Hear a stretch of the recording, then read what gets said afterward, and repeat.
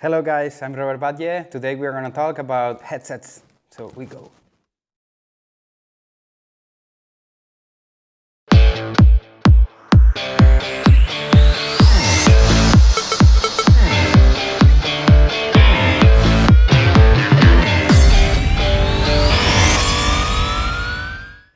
So here we are with the headset.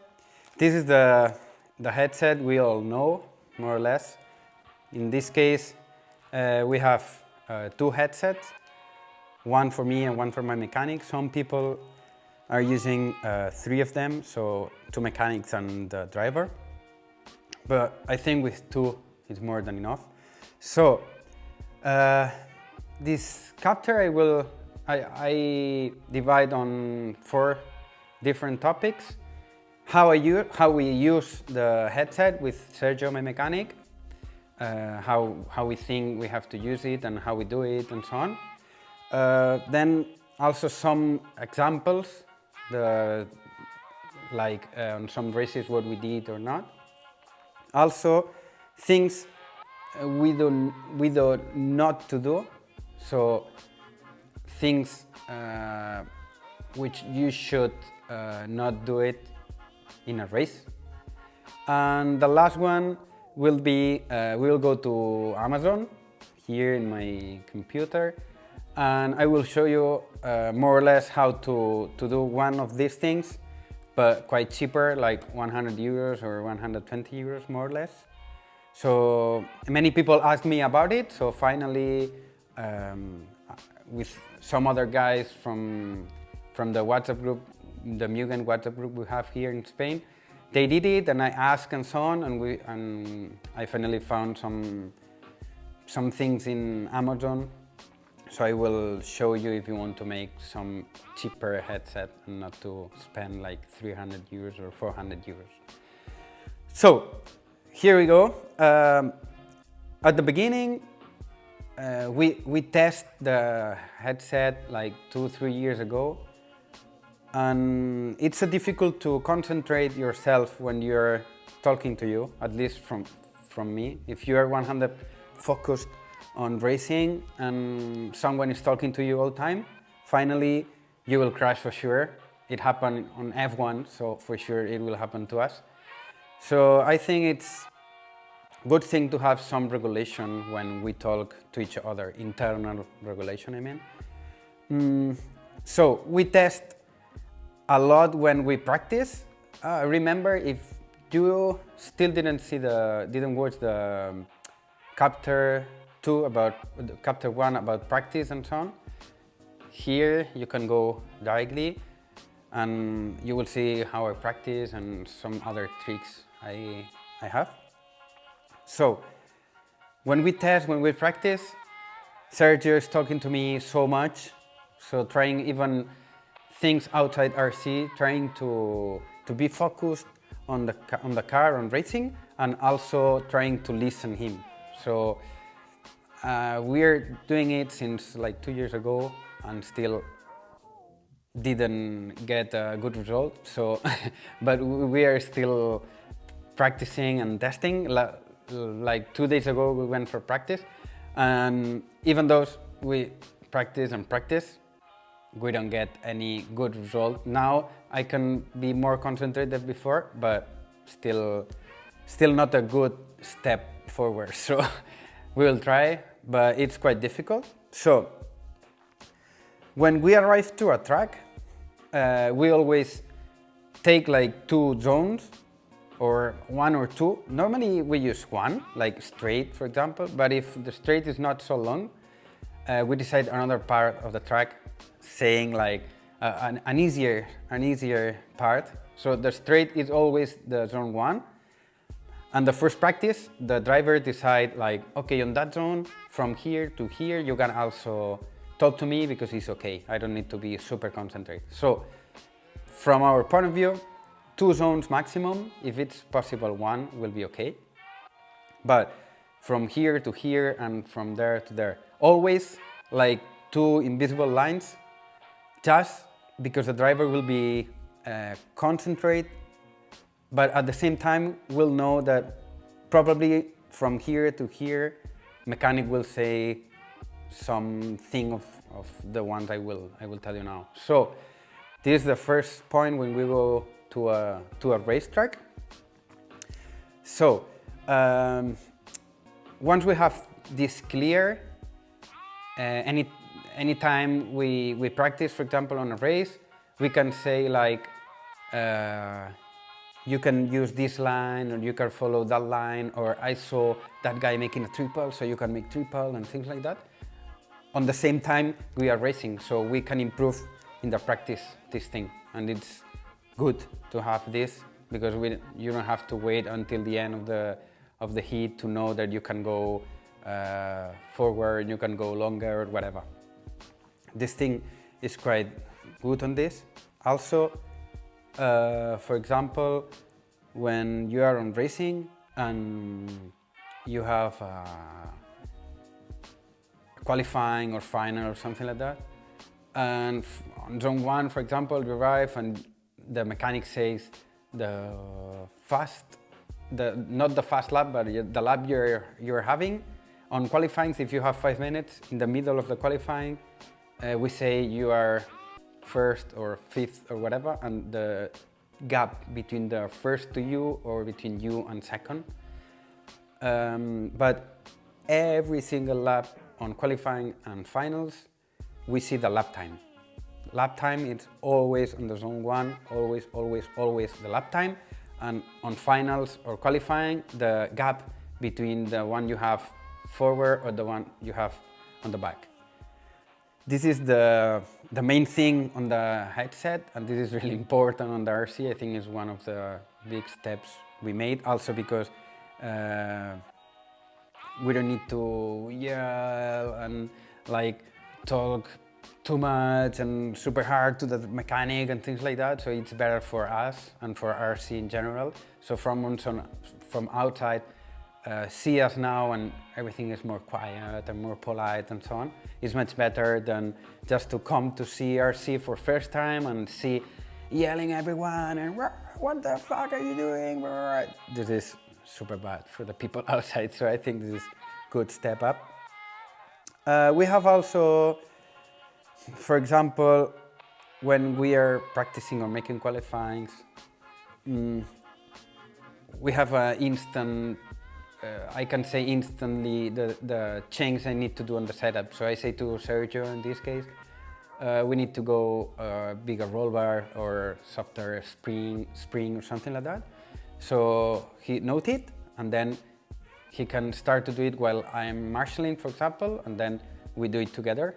But this is quite faster, and also I see what's happening on my car, and I can say directly, okay, we will do this, and it will be better to make it with the mechanic, and it will be faster also. Also things like we are in the final and we are going 6:30 on refueling or 7:30, and the one you are fighting against him or her, they are on 9, for example, and they're going to make 1 pit stop less than us. Then the mechanic says, okay, you're feeling 1 more time or 2 more times, things like that. Always on the zones, remember. These things always on the zones. The only one who can talk outside the zones is the driver. So if the driver outside the zone asks something, the mechanic has to answer quick, and it will be good. But never the mechanic talk outside the zones. Also, for example, when you are close to start a final, to tune the engine, for example, so you go and 30 seconds to go, and you hear the engine through the microphone and say, okay, yeah, so lean a little bit bottom or lean a little bit on the top, so it will help you also on this case. Some examples, for example, when I was on RCGP in Austria, I was fighting with Canas, for example, and he had a crash and he broke the rear wing. So Sergio said me, hey, he broke the rear wing, so we can catch him, go fast. He was like 10 seconds in front of me, and it was like 10 minutes to go or something like that. So the track was super fast, so it was impossible to go as fast as we can go without with the wing than without wing. So he started to lose a little bit, and we could catch him and overtook him. So this is one good thing. Or also in Australia, we were in semi-final, we were close to another guy, and we said, okay, if he pits, you go, and if he goes, you pit. So we did like this, and after we pit both, we were like 1 second in front of the other guy, that we were like stopping a little bit. And this kind of strategy you can work more with the headset, because you can talk normally. You don't need to yell, and then other drivers will know about it and things like that. So it's quite better on this. Also, for example, in Redoban, in a big tractor or super big jumps like the dirt, in like 2 years ago, I guess. It was super windy, so Sergio said me, hey, there is no wind now, so you can jump far away. But if there were wind, he said me, the wind is going up, so make 2-1 instead of triple, for example. So these kind of things, it helps so much to not to crash and so on, and to lose more seconds. Then, things we don't have to do at all. Yelling with this, it happened.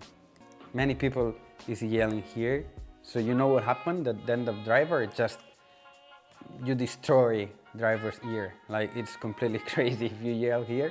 So it's much better to talk normal, and we are talking now, and it will be good for the driver also, because you don't put more nerves on him, and it will be easier for everybody. And the things I said about, before about the outside people watching us, will see like we are polite and we don't yell and so on. Also, for example, many drivers said, oh, my dad or my mechanic, I crashed, for example, and he says,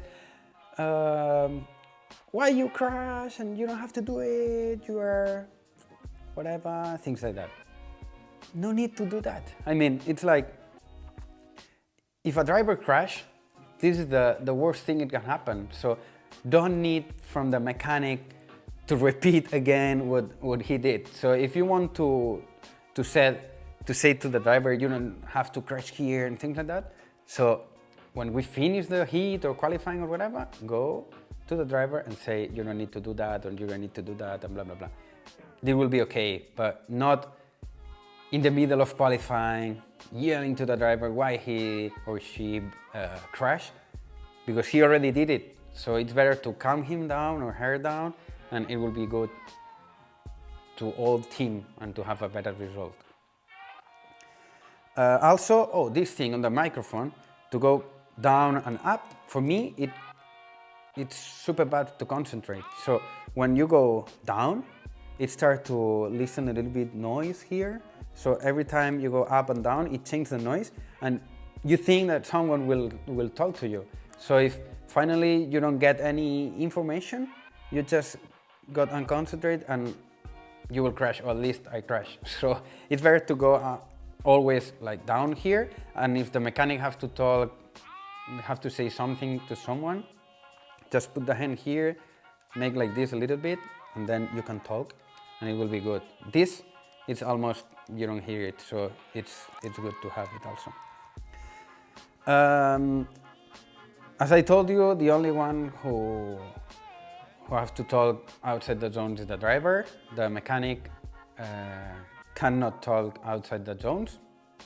And also, you don't have to make the driver think. I mean, for example, we have the pit stop at 7:30, and we see that the fuel tank was almost empty. The mechanic has to say, okay, we will pit one more time, or okay, we'll go here.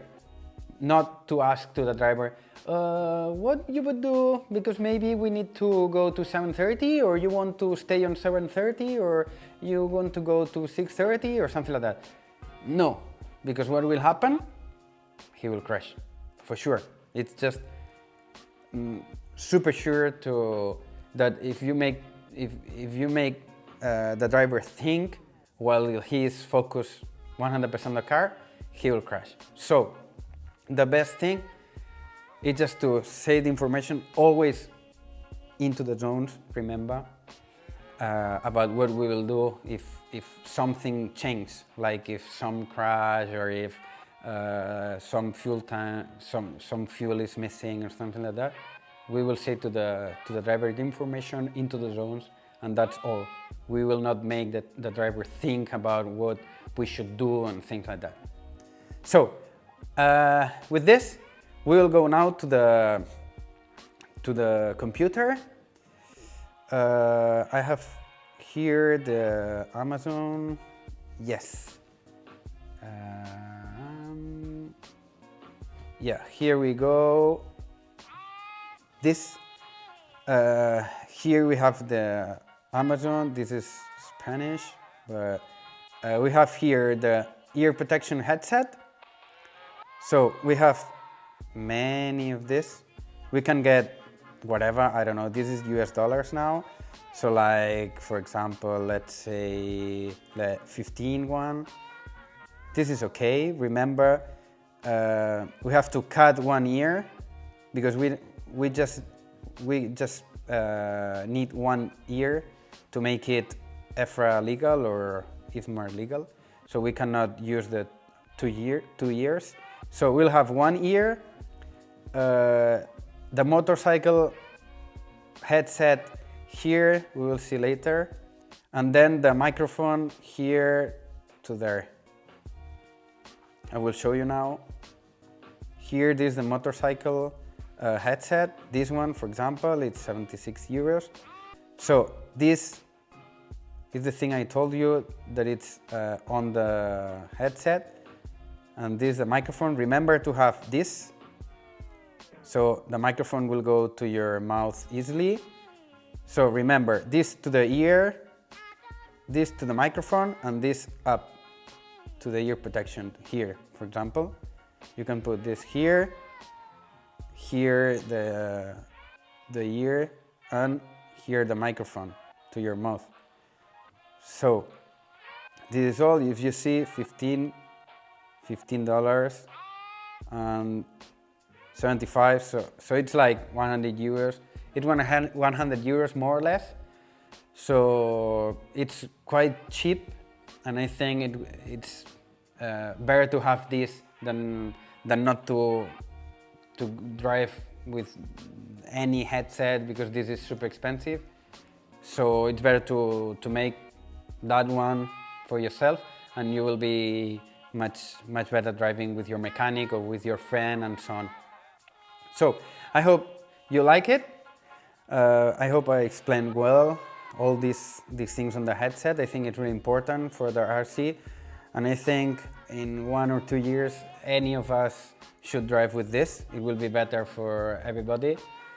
As I always told to you, if you liked that video, like it and share it with your friends and so on. And if you still didn't subscribe the channel, just go here and you can subscribe easily, or down there. So I hope you like that chapter 2 about the headsets. And in around 2 weeks, more or less maximum, I hope 1, but maybe in 2 weeks, we'll have the chapter 3 about how I practice in a race with some examples and so on. So one more time, thank you for watching, and see you on the next video. Bye bye.